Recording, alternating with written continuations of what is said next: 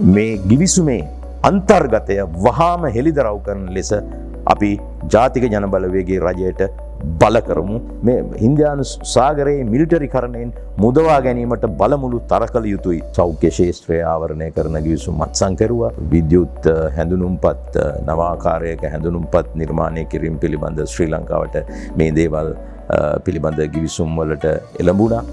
විශේෂයෙන්ම බලශක්ති ඒකාබද්ධකරණයකට, ඒ කියන්නේ දැන් විදුලි බල පද්ධතිය ඒකාබද්ධ කිරීම, තෙල් නල පද්ධති මගින් රටවල් දෙක සම්බන්ධ කිරීම. රනිල් වික්‍රමසිංහ මැතිතුමා තමන්ගේ ජනාධිපති ධූරයේ අවසාන කාලයේ ඉන්දියාවට ගිහිල්ලා ඉන්දියාව සම්බන්ධතා වර්ධනය කර ගැනීම, සම්බන්ධතා පුළුල් කර ගැනීම පිළිබඳව ලොකු සාකච්ඡාවක් කෙරුවා. එහිදී ඔහු ප්‍රකාශයක් කෙරුවා ලංකාව සහ ඉන්දියාව අතර ගොඩබිම් මාර්ගයක් සකස් කළ යුතුයි කියලා. අනුර කුමාර දිසානායක ඔහු එවකට ජනාධිපති ධූර අපේක්ෂකයා වශයෙන් තමන්ගේ මැතිවරණ ව්‍යාපාරය තුළ රනිල් වික්‍රමසිංහ දැඩි දෝෂ දර්ශනයට ලක් කරලා කිව්වා ඇයි මේ විදියට ජනාධිපතිවරයා, ඒ කියන්නේ එවකට ජනාධිපති රනිල් වික්‍රමසිංහ ක්‍රියා කරන්නේ. ඒ වශයෙන්ම ඈත කාලීන ඉතිහාසයට ගියාම අපි දන්නවා ජනතා විමුක්ති පෙරමුණ මේ පන්ති පහේ එක පන්තියක් වෙන් කරලා තිබුණේ ඉන්දියානු ව්‍යාප්තවාදය කියන එක. ඒ කියන්නේ උග්‍ර ඉන්දියානු විරෝධයක් ඔවුන් ඒ කාලේ ඇති කරා.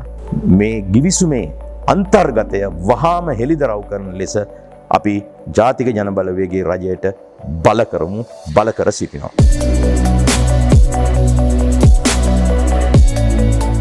අප්‍රේල් මාසයේ 4 වෙනිදා ඉන්දියාවේ අගමැති නරේන්ද්‍ර මෝදී මැතිතුමා ලංකාවේ සංචාරයක් ආරම්භ කළා. ඔහු සංචාරය අවසන් කරලා 6 වෙනිදා ලංකාවෙන් පිටත් වුණා. ඒ සංචාරය අතරතුර විශේෂයෙන්ම අප්‍රේල් මාසයේ 5 වෙනිදා අතිශයින්ම වැදගත් ගිවිසුම් කිහිපයකට මේ දෙපාර්ශ්වය එළඹුණා. මේ ගිවිසුම් වලින් ආවරණය කරන විවිධ දේවල් තිබෙනවා. සෞඛ්‍ය ශාස්ත්‍රය ආවරණය කරන ගිවිසුම් අත්සන් කෙරුවා. විද්‍යුත් හැඳුනුම්පත් නවාකාරයක හැඳුනුම්පත් නිර්මාණය කිරීම පිළිබඳ ශ්‍රී ලංකාවට මේ දේවල් පිළිබඳ ගිවිසුම් වලට එළඹුණා.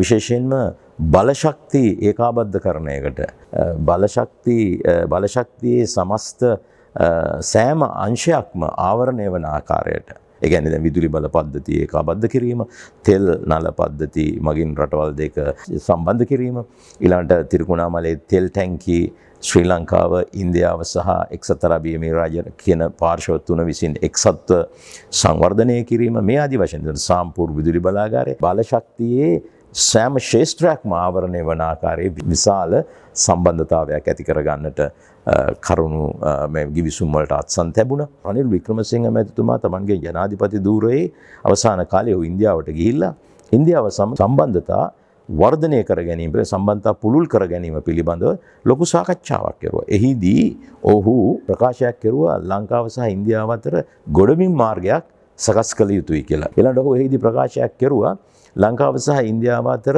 ඉන්දිය රුපියල් භාවිතා කරලා වෙළඳාම් කරන ඒ මුදල් භාවිතා කරන්නට අපි ඉඩ ලැබෙන ක්‍රමයක් සකස් කරගන්නට ඕනේ කියලා.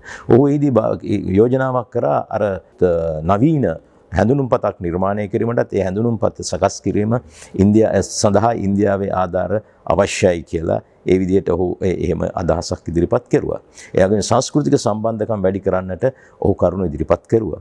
ඉතින් මේ සාකච්ඡාව එදා සිද්ධ වෙන වෙලාවේ අපිට මතකයි අනුර කුමාර දිසානායක ඔහු එවකට ජනාධිපති ධූර අපේක්ෂකයා වශයෙන් තමන්ගේ මැතිවරණ ව්‍යාපාරය තුළ රනිල් වික්‍රමසිංහ දැඩි දෝෂ දර්ශනයට ලක් කරලා කිව්වා ඇයි මේ විදියට ජනාධිපතිවරයා, ඒ කියන්නේ එවකට ජනාධිපති රනිල් වික්‍රමසිංහ ක්‍රියා කරන්නේ, මෙවැනි ක්‍රියාමාර්ග හරහා ඇත්ත වශයෙන්ම ලංකාව ක්‍රියාත්මක වශයෙන් ඉන්දියාවේම කොටසක් බවට පත්වනවා නේද කියන දැඩි විවේචනයක් ඔහු එල්ල කෙරුවා. ඉන්දියාව පිහිටි අදානි සමාගම එලවන්න පාරට බැලලා රාජපක්ෂවරු එම සමාගම තමන්ගේ නේද ඇත්තගත්තු ත්‍රිද්දාස්තර දාගන්න හදනවා. වශයෙන්ම ඈත කාලීන ඉතිහාසයට ගියාම අපි දන්නවා ජනතා විමුක්ති පෙරමුණ තමයි ඔවුන් මුල් යුගයේ ඔවුන්ගේ තිබුණ පන්ති පහක් කියලා එකක් තිබුණා. ජනතා විමුක්ති පෙරමුණට පුද්ගලයන් ගැනීමේදී ලබා දෙන අධ්‍යාපන වැඩපිළිවෙලක්. මේ පන්ති පහේ එක පන්තියක් වෙන් කරලා තිබුණේ ඉන්දියානු ව්‍යාප්තවාදය කියන එක. ඒක නැත්තම් මේ අපේ කලාපය තුල, දකුණු ආසියානු කලාපය තුල විශේෂයෙන්ම ඉන්දියාව තමන්ගේ බලය ව්‍යාප්ත කර ගැනීමට ගෙන යන වැඩපිළිවෙල පිළිබඳව අපි දැක්ක 87 ඉන්දු ලංකා ගිවිසුම අවස්ථාවේ පටන් අරගෙන කොතරම් දැඩි ඉන්දියානු විරෝධී ප්‍රතිපත්තියක ඉඳගෙන ජනතා විමුක්ති පෙරමුණ ක්‍රියා කරාද කියන එක. උග්‍ර ඉන්දියානු විරෝධයක් ඔවුන් ඒ කාලේ ඇති කරා. දැන් ඔය පසුබිම තුල තමයි අපේ අනුර කුමාර දිසානායක ජනාධිපති වුණාට පස්සේ පහුගිය අවුරුද්දේ දෙසැම්බර් මාසේ ඉන්දියාවට යන්නේ. ඔහු ඒ ඉන්දිය සංචාරය වෙලාවේ මේ රනිල් වික්‍රමසිංහ කතා කරපු බොහෝ දේවල් ඔහුත් සාකච්ඡා කෙරුවා. ගොඩබිම් මාර්ගය වගේ දෙයක් ගැන ඔහු විශේෂයෙන් කතා කර බවක් මට මතක නැහැ. නමුත් අනිත් සියලුම කරුණු සාකච්ඡා කෙරුවා. මේ කරපු සාකච්ඡාවල් පිළිබඳ සවිස්තරාත්මක තොරතුරු මේ රටට වාර්තා වුණෙත් නැහැ. කොහොම නමුත් ඊට පසුව තමයි මේ පහුගිය අප්‍රේල් 4 5 6 ඉන්දියානු අගමැතිතුමාගේ සංචාරය සිද්ධ වෙන්නේ. දැන් මෙහිදී ගිවිසුම් රාශියකට අත්සන් කරනවා. ගිවිසුම් 7කට අත්සන් කරනවා. ඒ ගිවිසුම් 7 අතරේ එක ගිවිසුමක් තමයි ලංකාව සහ ඉන්දියාව අතර ආරක්ෂක ගිවිසුම. මේ ගිවිසුමේ අන්තර්ගතය තාම මේ රටට හෙළි කරලා නැහැ. අර දැන් මේ ගිවිසුම පිළිබඳ සාකච්ඡාවක් දැන් රටේ ඇති වෙලා තියෙනවා. මේ සාකච්ඡාවට ප්‍රතිචාර දක්වමින් ආරක්ෂක අමාත්‍යාංශයේ ලේකම්වරයා ප්‍රකාශයක් කෙරුවා ගිවිසුම කැබිනට් මණ්ඩලයේ අනුමැතිය ඇතිව තමයි අත්සන් කරේ. විතරක් නෙවෙයි තව මේ ඊයේ පෙරේද කියනවා මම බලාගෙන ඔව් කියනවා නීතිපතිවරයාගේ පූර්ණ අනුමැතිය ඇතිව තමයි මේක අත්සන් කරේ කියලා. හැබැයි ඒ කතා දෙකෙන්ම මේ ඇති වෙලා තියෙන ප්‍රශ්නයට පිළිතුරු සැපෙන්නේ නැහැ. ඇමති මණ්ඩලයට කිව්වනම් කියන්න ඇති. අපි දන්නේ නැහැ. අපි ඇමති මණ්ඩලයට කිව්වද නැද්ද කියන එක දන්නේ නැහැ. නීතිපතිවරයාගෙන් අනුමැතිය ගත්තාද නැද්ද යන එකත් අපි දන්නේ නැහැ. ගත්ත වෙන්න පුළුවන්. නමුත් ඒක නෙවෙයි. මෙතන ඇති වෙලා තියෙන දේශපාලන කලාපීය වගේම අන්තර්ජාතික ප්‍රශ්න ඒවා නීති පොතේ තියෙන ප්‍රශ්න නෙවෙයි නීතිපතිවරයාට බලන්නේ. ඒවා දේශපාලන ප්‍රශ්න. මෙන්න මේ දේශපාලන ප්‍රශ්න තමයි අද මේ උග්‍ර මතභේදයට හේතු වෙලා තිබෙන්නේ. අපි දන්නවා නිදහස් ලංකාව, ඒ කියන්නේ 1948 ලංකාව නිදහස ලබන විට 47 අපි යටත් විජිතයක් පැවති යුගයේ තිබුණ ගිවිසුමක් ආරක්ෂක ගිවිසුමක් මහා බ්‍රිතාන්‍ය සමග 47 මේකට අත්සන් කරේ. 47 ඒක අත්සන් කරනකොට ලංකාවේ ආණ්ඩුව වෙනුවෙන් DSN නායකගේ ආණ්ඩුව මේකට සම්බන්ධ වුණා. හැබැයි අපි තාමත් යටත් විජිතයක්. 48 තමයි ඔය අපිට හම්බ වෙන්නේ ඩොමිනියන් තත්වයේ නිදහසත්.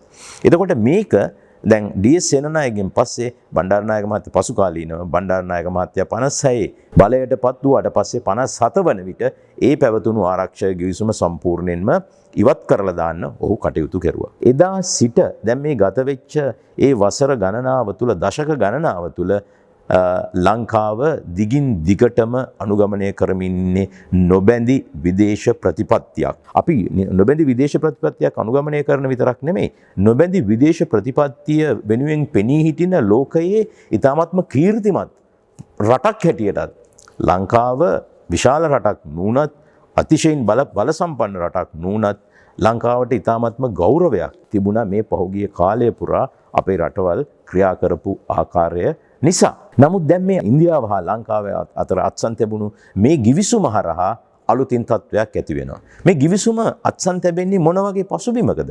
ඒක තමයි අපි තේරුම් ගන්න ඕන කාරණය. පළවෙනි කාරණය තමයි ඉන්දියාව අද ඒ දශක ගණනාවකට පෙර තිබුණු ඉන්දියාව නොවේ. ඔවුන් අද වෙනත් ආකාරයකට ක්‍රියා කරමින් තිබෙන රටක්. ඒක ඔවුන්ට සම්පූර්ණයෙන් නිදහස තියෙනවා ඔවුන්ට අවශ්‍ය විදිහට ක්‍රියා කරන්න. නමුත් අපි ඒක තේරුම් ගන්නට ඕන. විශේෂයෙන්ම මේ පහුගිය කාලයේ ඇමරිකා එක්සත් ජනපදය විසින් ඉදිරිපත් කරන සංකල්පයක් ඉන්දු පැසිෆික් උපාය මාර්ගය කියලා. ඉන්දු පැසිෆික් උපාය මාර්ගයේ ඔවුන් කියන්නේ පැසිෆික් සාගරය, ඉන්දියානු සාගරය මේ කලාපයේ තියෙන්නට ඕන නිර්බාධක නාවික ගමනාගමනය. ඒකෙන්ද අන්න ඒ වගේ ඒව සාතික කරන නිදහස් ගමනාගමනය, නාවික ගමනාගමනය තහවුරු කරන වෙළහෙළඳාම් මේ කලාපයේ තහවුරු කරන ඒකට අවශ්‍ය ශක්තිය ලබා දෙන වැඩපිළිවෙලක් හැටියට ඇමරිකාව විසින් ඉන්දු පැසිෆික් උපාය මාර්ගය කියලා උපාය මාර්ගයක් ඉදිරිපත් කරනවා. ඇත්ත වශයෙන්ම මේ උපාය මාර්ගය එන්නේ අන් කිසිවකට නොවේ. ඔවුන් ඒක විවෘතවම කියනවා නැගී එන චීනය මැඩ පැවැත්වීම තමයි මේ උපාය මාර්ගයේ මූලික අරමුණ. මොකද අද රහසක් නෙමෙයි චීනය ආර්ථික වශයෙන් මිලිටරිමය වශයෙන් දේශපාලනමය වශයෙන් ඇමරිකාව අභිබවා යමින් වර්ධනය වන තත්ත්වයක් ඇති වෙලා තියෙනවා. ඉතින් මේක ආසියාවේ අපිටත් දන්න අපිටත් දැනෙන වඩාත් බලපාන තත්ත්වයක්. එතකොට මෙන්න මේ තත්ත්වය තුල තමයි මේ ඉන්දු පැසිෆික් උපාය මාර්ගය එන්නේ. මේ ඉන්දු පැසිෆික් උපාය මාර්ගය අත වශයෙන්ම ඉන්දු පැසිෆික් වෙන්නේ පසු කාලීනව. නමුත් ඊට කලින් තිබුණේ ආසියා පැසිෆික් කියලා. එතකොට මේ ඉන්දු පැසිෆික් කියන නම වෙනස් කරන්නෙම මේකට ඉන්දියාව ඈඳා ගැනීමේ උවමනාව නිසා. ඒ නිසා ඉන්දියාව ඈඳ ගන්නවා මේකට. ඉන්දියාව ඈඳගත්තට පස්සේ විශේෂයෙන්ම නරේන්ද්‍ර මෝදි අග්‍රාමාත්‍යවරයා ඉතාමත්ම ක්‍රියාකාරීව මේකට සම්බන්ධ වෙනවා විතරක් නෙමෙයි. මේ ඉන්දු පැසිෆික් උපාය මාර්ගය ක්‍රියාත්මක කිරීමේ මූලික උපකරණය ලෙස සැලකෙන කොඩ් සංවිධානය. මොකක්ද මේ කොඩ් සංවිධානය? ඒ කියන්නේ ඇමරිකා එක්සත් ජනපදය, ඔස්ට්‍රේලියාව, ජපානය හා ඉන්දියාව කියන රටවල් හතර එක් වී සකස් කළ කොඩ් සංවිධානයේ ප්‍රබල සමාජිකයෙක් තමයි ඉන්දියාව. එතකොට මේ කොඩ් සංවිධානයේ ප්‍රබල සමාජිකයෙක් වන ඉන්දියාව සමග තමයි ලංකාව මේ ආරක්ෂක ගිවිසුමකට එළඹෙන්නේ. එහෙමනම් මම හිතනවා අපිට ඉතාමත්ම සාධාරණ සැකයක් ඇති වෙනවා මේ ගිවිසුම හරහා ලංකාව කොඩ් සංවිධානයට පස්ස දොරින් ඇතුළු වුණාය කියලා. ඒ විතරක් නෙමෙයි ක්‍රියාත්මක වශයෙන් ඉන්දු පැසිෆික් උපාය මාර්ගයේ කොටසක් බවට ශ්‍රී ලංකාව පත් වුණාය කියලා. එහෙමනම් ඒකේ තේරුම ශ්‍රී ලංකාව අද මේ චීනයට එරෙහිව චීන විරෝධය, චීනයට එරෙහිව චීනය පාලනය කිරීමට, චීනය මැඩ පැවැත්වීමට සකස් වෙලා තිබෙන ඉන්දු පැසිෆික් උපාය මාර්ගයේ කොටසක් බවට ලංකාව පත් වුණා මේ ගිවිසුම හරහා.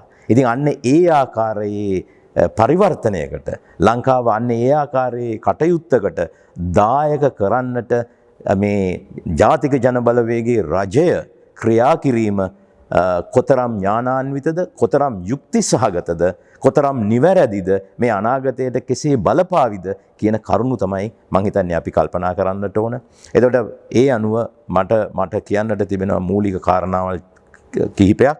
පළවෙනි කාරණය තමයි දශක ගණනාවක් තිස්සේ අඛණ්ඩව මේ රටේ පැවතුණු නොබැඳි විදේශ ප්‍රතිපත්තිය ස්ථිරසාර ලෙස මෙම ගිවිසුම හරහා කුමාර දිසානායක ජනාධිපතිවරයා විසින් එය උල්ලංඝනය කොට එය අහෝසි කොට තියෙන ක්‍රියාත්මක වශයෙන් එය අහෝසි කළ බවට අප චෝදනා කළ යුතුව තිබෙනවා. ඔහුට එහෙම කරන්න කිසිම අයිතියක් තිබුණේ නැහැ. ඔහු මේ පිළිබඳ කිසි සාකච්ඡාවක් කෙරුවේ නැහැ. පාර්ලිමේන්තුව සමග කිසි සාකච්ඡාවක් කෙරුවේ නැහැ. දේශපාලන පක්ෂ සමග සාකච්ඡාවක් කෙරුවේ නැහැ. මේ රටේ විදේශ ප්‍රතිපත්තිය කියන්නේ ජාතික ජනබලවේගය එහෙම නැත්නම් ඒකේ ඉන්න කිහිප දෙනෙක්ගේ පුද්ගලික දේපලක්, පුද්ගලික බූදලයක් නෙවෙයි. මේක මේ රටේ සමස්තයක් හැටියට ගත්තාම දේශපාලන පක්ෂ අතර එකඟතාවයක් තිබුණා. අපි ඉන්නේ නොබැඳි විදේශ ප්‍රතිපත්තියක කියන එක. නොබැඳි විදේශ ප්‍රතිපත්තියක් කියන්නේ වැට උඩ ඉන්න ප්‍රතිපත්තියක් නෙවෙයි. අපි ඒ කාරණා පදනම් කරගෙන ඒ කාරණාවෙන් කාරණාවට යම් අපි ස්ථාවරයන් ගනිමින් අපි එහෙම කටයුතු කරපු රටක්. මොන ආණ්ඩුව බලය තිබුණත් අපි පලස්තීන විමුක්ති සංවිධානයේ පලස්තීනයේ ඒ ප්‍රශ්නයේ පලස්තීනය සමග අපි හිටගෙන තිබෙනවා. ඉතින් අන්න ඒ වගේ ස්ථාවරයන් ගත්තු රටක්. එහෙම ස්ථාවරයක් ගන්න අපිට තියෙන හැකියාව මුළුමනින්ම අහෝසි වෙනවා මේ අත්සන් කරපු ගිවිසුමත් සමග. ඒක පළවෙනි කාරණය. දෙවෙනි කාරණය අපි පිළිගන්නට ඕන මේ කලාපයේ දැන් ඉන්දියාව ඇත්ත වශයෙන්ම ඉන්දියාවේ හැසිරීම සමග මේ කලාපයේ බොහෝ රටවල් සමග ගැටුම් තියෙන රටක් ඉන්දියාව කියන්නේ. ඉන්දියාවට ගැටුම් තියෙනවා පාකිස්තානයේ සම. ඉන්දියාව පාකිස්තානයේ ඇත්ත වශයෙන්ම මිත්‍රශීලී නැහැ. නමුත් අනිත් පැත්තට පාකිස්තානය කියන්නේ ශ්‍රී ලංකාවේ ඉතාමත්ම කිට්ටු මිත්‍රයෙක්. ඒතකොට පාකිස්තානය කොහොම කල්පනා කරාවිද මේ ගිවිසුම පිළිබඳව? ඊළඟට අනිත් පැත්තෙන් ඉන්දියාවට ප්‍රශ්න තිබෙනවා බංග්ලාදේශය සමග, ඉන්දියාවට ප්‍රශ්න තියෙනවා නේපාලය සමග, ඉන්දියාවට ප්‍රශ්න තියෙනවා මාලදිවයින සමග. ඒතකොට මේ සියලුම රටවල් එහෙම තියෙද්දි ලංකාව වෙනස් ආකාරයකින් ක්‍රියා කරනවා. අනිත් පැත්තට චීනය මොන ආකාරයට මේ පිළිබඳව ක්‍රියා කරයිද, මොන ආකාරයට මේ දකීවිද? චීනය ඉන්දියාව වගේම අපි වසර දහස් ගණනක් තිස්සේ ලංකාව සමග සම්බන්ධකම් තිබෙන රටක්. අපිට හැම අවස්ථාවකම ආධාරයට ආපු රටක්. ඒ විතරක් නෙමෙයි. ලංකාවට විවිධ ප්‍රශ්න ඇති කරන අවස්ථාවල් වලදී ජාත්‍යන්තර වේදිකාවල අපේ ආරක්ෂාවට හිටි රටක් චීනය. එතකොට චීනය එල්ල කරගත්තු ගිවිසුමක් ලෙස තමයි මේ ගිවිසුම පිළිබඳ ඉන්දියානු මාධ්‍ය ප්‍රකාශ කරන්නේ. එහෙම ගත්තාමත් මේකේ අතිශයින්ම භයානක පැත්තක් තිබෙනවා. ඊළඟට අවසාන අනිත් කාරණය තමයි මොන හේතුවක් උඩ හෝ වේවා ඉන්දියාව යම්කිසි ආකාරයකට යුද්ධයක පැටළුනොත් වෙනත් රටවල් සමග ශ්‍රී ලංකාව ඒ යුද්ධවලදී ක්‍රියා කරන්නේ කොහොමද? ශ්‍රී ලංකාව එම යුද්ධවලදී ඉන්දියාව සමග එක්ව ක්‍රියා කරන්න සිද්ධ වෙයිද මේ ගිවිසුම හරහා? අපි දන්නේ නැහැ. මොකද මේ ගිවිසුමේ අන්තර්ගතය අපි දන්නේ නැහැ. හැබැයි ගිවිසුම සකස් වෙච්ච අත්සන් කරපු පසුබිම් කාරණා අනුව අපිට තේරුම් යන කාරණේ තමයි මේක චීනයට එරෙහිව එල්ල වෙච්ච ගිවිසුමක්. ඒ පදනමේ ඉඳලා අපි මේ කතා කරන්නේ. ඉතින් එතකොට එවැනි ගැටුම්කාරී අවස්ථාවක ලංකාවත් නොදැනුවත්වම එවැනි ගැටුම් වල පාර්ශවයන් බවට පත්වීමේ අවදානමක් තිබෙනවා. අනිත් පැත්තට මේ ගිවිසුමේ අපි දන්නේ නැහැ ඉන්දියාව සමග එක්ව අවියායුධ නිෂ්පාදනය කරන්න වැනි කටයුතු සඳහා මේ ප්‍රතිපාදන තිබෙනවද කියලා. එහෙමනම් ලංකාවේ මේ අවියායුධ නිෂ්පාදනය කරොත් ඒ අවියායුධ ලංකාවේ නම් ගබඩා කරන්නේ. එතකොට ඒ ගබඩාවල් ආරක්ෂා කරන්න ඉන්දියාවේ ආරක්ෂක අංශ ක්‍රියා කරાવી. එතකොට එවැනි අවස්ථාවක ගැටුමක් ඇති වුණොත් ඉන්දියාව සහ වෙනත් රටක් සමග අනිත් රට විසින් මං හිතන්නේ යුක්ති සහගත ඉලක්කයක් බවට ලංකාව පත් කර ගනීවි. මේ ඉතාමත්ම දුරදිග යන අතිශයින්ම බරපතල තීරණයක් තමයි මේ ගිවිසුම හරහා ලංකාවේ රජය අරගෙන තියෙන්නේ. අපේ ස්ථාවරය අපි දකින්නේ මේක රජයට කිසිම යුක්තියක් තිබුණේ නැහැ, කිසිම අයිතියක් තිබුණේ නැහැ මෙවැනි පියවරක් ගන්නට. ඔවුන් අවුරුදු 5ක බාරකාරත්වයට ඇවිල්ලා මේක දශක ගණනාවක් ඉස්සරහට යන එහෙම බලපෑමක් ඇති කරන එවැනි තීරණ ඔවුන් නොගත යුතුව තිබුණා. ඒ නිසා මෙන්න මේ තත්වය තුල අපි කල්පනා කරනවා මම හිතන්නේ අපි මේ වෙලාවේදී ක්‍රියා කරන්න ඕන කොහොමද? මෙරටේ ප්‍රගතිශීලී ජනතාව ඒ වගේම ප්‍රජාතන්ත්‍රවාදී බලවේග රජයට බල කළ යුතුයි මේකේ අභ්‍යන්තරය මේ ගිවිසුමේ තියෙන කරුණු හෙළිදරව් කරන විදියට. ඒ වගේම මේ මෙරටේ ප්‍රගතිශීලී බලවේග ප්‍රජාතන්ත්‍රවාදී බලවේග පුළුල් ජනතාව රජයට බල කළ යුතුයි.